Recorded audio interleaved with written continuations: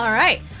Next up, we have Baahubali versus Paul McCartney Really Is Dead, the last testament of George Harrison. It's one of the few movies that has the courage to end their title with a question mark. George Harrison? Similar to Crop Circles, Signs from Space, Baahubali. Holy Christ, I fucking love this movie. An old woman rescues a baby from a group of soldiers. Then that baby grows up to be a freaking goddamn superhero. Handsome for days, and an acrobat, and a dancer, and a pure heart, and hair as dreamy as fuck. This guy is the whole package. He goes on a journey to discover his true past, falls in love with a beautiful woman in a crazy sexy dance fight scene, and then he sleds down a mountain ahead of an avalanche that he caused on a giant boulder, and then he fights an elephant, and then he rescues a princess, and then he leads an army to victory, only to learn the fate of his father, who was even more amazing. He was murdered. And if you want to see that story, you have to watch Baahubali 2. So, Paul McCartney Really Is Dead, the last testament of George Harrison, is a docu or mockumentary positing that Paul McCartney had a fatal car crash in 1966 and was replaced by an imposter, privately known to the Beatles as False Paul or Fool. Narration comes in the form of found tapes recorded by none other than George Harrison, confessing the secret that they all kept for years. Paul really is dead. All right. What a matchup. So, first of all, I want to take issue with your mockumentary, because I think a mockumentary is something that is intentionally funny, like Spinal Tap, which is... I couldn't tell is the thing. Like, mockumentary question mark?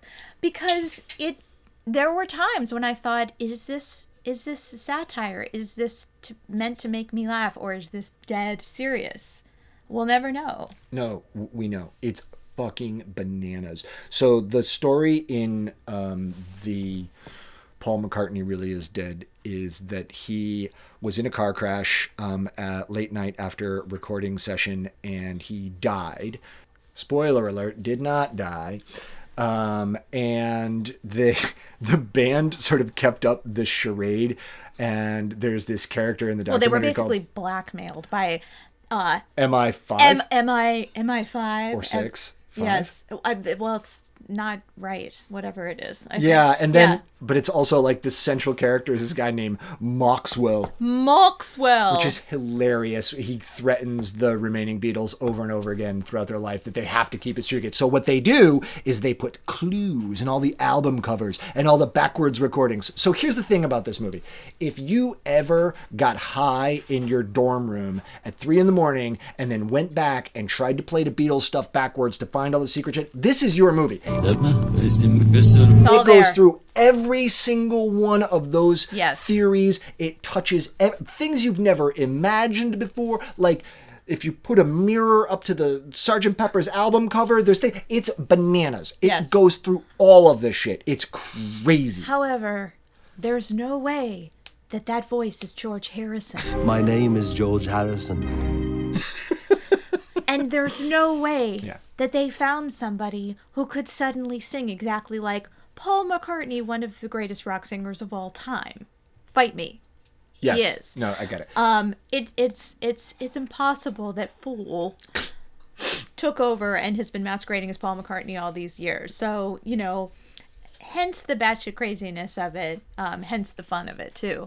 It is fun, but it also, it is a documentary. It is all a bunch of crap, but it's very a traditional documentary where they layer on what they call proof, although it's bananas and it's all conjecture, but right. It is just... Usually it's the real people's voices on a documentary, but... There's nothing spectacularly crazy about it, because I'm going to make a fucking hardcore argument that Baahubali is, of all the movies on this whole list, maybe one of my favorite. Not just because it's batshit crazy, which I'm going to argue that it is, but also that it is one of the most exuberant, joyful.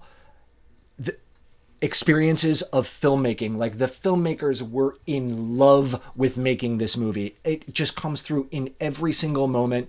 The moment like that when we were watching it and he's like being serenaded by this woman as he's climbing up this waterfall to get to this beautiful woman who's like elusive, and he gets close to her and she turns into butterflies.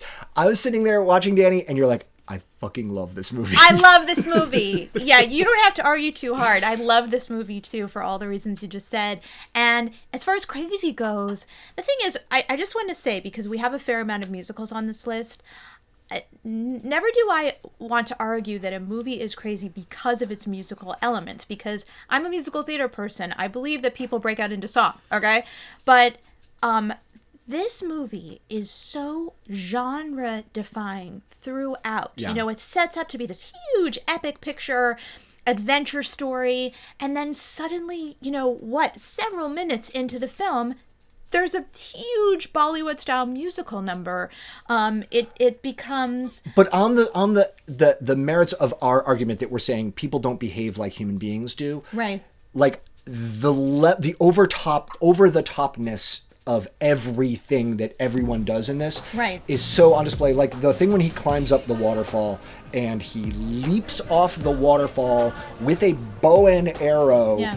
with that he shoots at a tree so that he can climb to the top. It is so insane. Yeah. And it's so beautifully executed. It is wonderful. It makes me feel so good for movies when I see this movie being made, and it's like, it is a gem. I recommend it to everyone. Also, it is clearly It's crazy. way fucking crazier than Paul McCartney. Absolutely. The Paul McCartney one is also kind of dark. Like it's kind of miserable. Well, yeah, a lot of these movies are, but Yeah. Baahubali is a crazier film. It is a crazier film. Enough said. It is delightful. So Baahubali for the win. For the win.